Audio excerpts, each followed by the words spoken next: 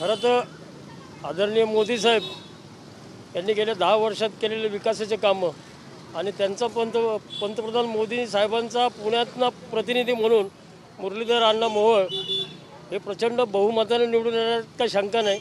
या भागात गेलं, माझं जन्म या भागातला आहे आणि जरी मी राहायला बाहेर असलो तरी माझं मतदान या ठिकाणी लोहियानगर झोपडपट्टीत आहे।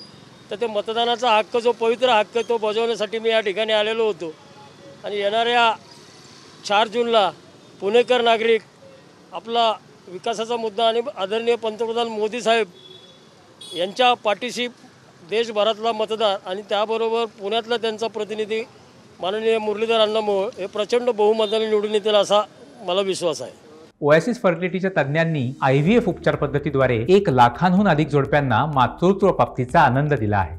मोफत अपॉइंटमेंट बुक करण्यासाठी आजच संपर्क साधा। कॅन्टोन्मेंट परिसर सगळा भाग हा जो महत्त्वाचा आहे लोकसभेसाठी पुण्याच्या, किती लीड देणार आहे? कॅन्टोन्मेंट मतदारसंघ गेल्या अनेक वर्ष जे लोकांचा आणि सगळ्यांचा जो हे असतं, मी माझ्या निवडणुकीत सांगितलं होतं की ते सर्वे हे सगळ्या विरोधात, सर्वेच्या विरोधात जातो आणि भारतीय जनता पार्टीने मागच्या निवडणुकीत विधानसभेच्या आणि मागच्या सलग 3-4 निवडणुकामध्ये भारतीय जनता पार्टी त्या मतदारसंघात मताधिक्य देत आलेलं आहे। आणि ह्याही निवडणुकीत मागच्या गेल्या 4 निवडणुकांपेक्षा किमान 10,000 मतं जास्त देतील, म्हणजे किमान 35,000चा लीड आमच्या कॅन्टोन्मेंट विधानसभा मतदारसंघातून भारतीय जनता पार्टीला मिळणार आहे।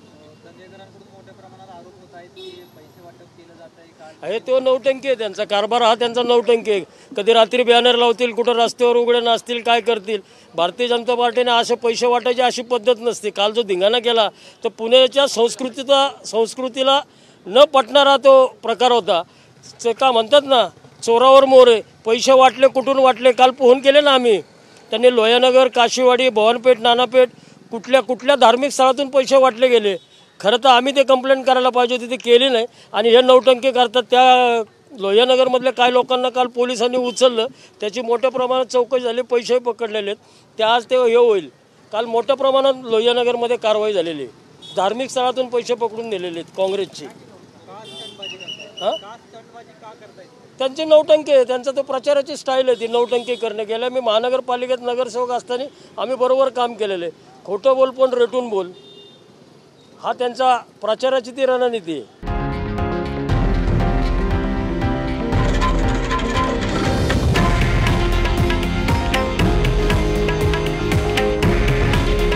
हे आहे देशातील नंबर 1 न्यूज नेटवर्क आणि आपण पाहत आहात TV9 मराठी।